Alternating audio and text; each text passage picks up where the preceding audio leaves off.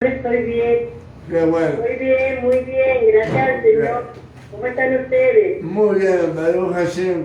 Bueno, vamos a dar comienzo pues, ya estamos conectados con Instagram, pues como siempre queremos enviar un saludo cordial a nuestros hermanos, a nuestras hijas, a la congregación de Jacob, los Teques, con el líder, hermano Joyce y Guillermo Joyce y su hermana y su esposa, la modelo, perdón, Jessie. Ellos pues están aquí en los Teques, en el sector frente al centro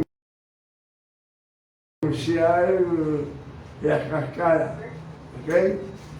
Para aquella persona pues, que está en su adyacencia, pueden visitarlos a ellos y estar pues, poder recibir también, pueden recibir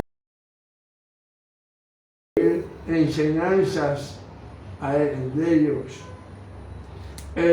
También aquí en Caracas, Roel, Abraham Bellejov de la congregación Beitefilá, también aquí en Caracas. A nuestros hermanos de allá de Maracaibo, de la congregación Bedejen, la sede principal, y también su hija Bedejen Sur, con nuestro amado Moré Efraín Bellejov, y su amada esposa Jessica.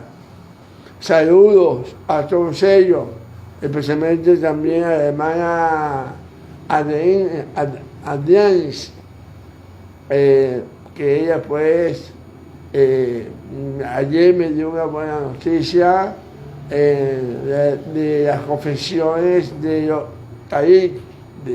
Vamos a tener pues disposición de los Taí.